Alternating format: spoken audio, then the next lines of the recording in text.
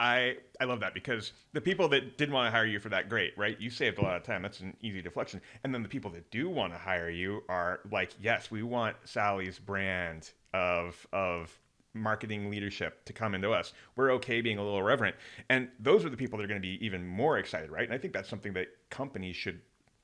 Let me turn that into a question. How can companies find that? Like, how can they create those like radical fanatics that are just like, yes, that is what we want?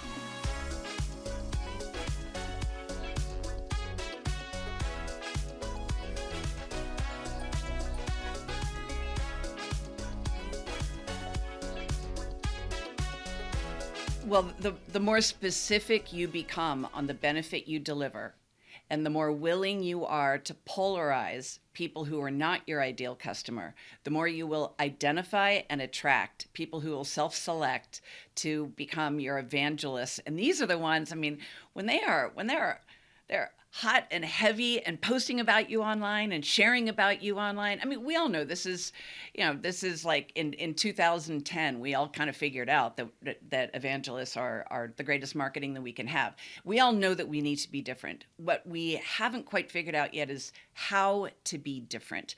And that's why in the process of creating this book, I had to kind of go back and deconstruct, well, what in a focus group, how does a focus group find effective points of differentiation?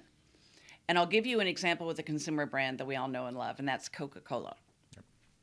I had many focus groups with Coca-Cola behind the mirror with the M&Ms and sub sandwiches, and the most effective questions with a global brand that big, that really is kind of all things to all people. The most effective ones when coming up with marketing was to be able to elicit the biases and emotional connections that people consciously or unconsciously have, not just about Coke, but about how is Coke different than its primary competitor, which is Pepsi. Pepsi, right. So in the case of Coke, what came out in the research was that sometimes Coke, it is effective for them to be using cutesy polar bears at Christmas time. I'd like to buy the world a smile. Other times it might be a famous performing artist. But the key was that Coke always came back to delightful refreshment. There had to be an element of delight and refreshment. Pepsi is not delightful refreshment. It's an excellent brand, but it's much more about image and kind of modern identity.